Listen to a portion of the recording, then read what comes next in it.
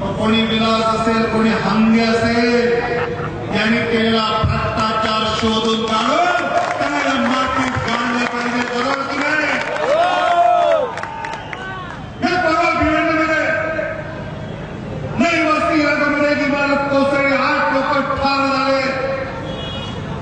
बेकायदा बांधकाम होतं, त्याला परवानगी देणाऱ्या सगळ्या अधिकाऱ्यांवर गुन्हे दाखल झाले, पण एकाही अधिकाऱ्याला अटक झाली नाही. अटक करणार नसाल तर अधिकारी आणि पोलिसांना फरफटत या शिवाजी चौकात फटके मारल्याशिवाय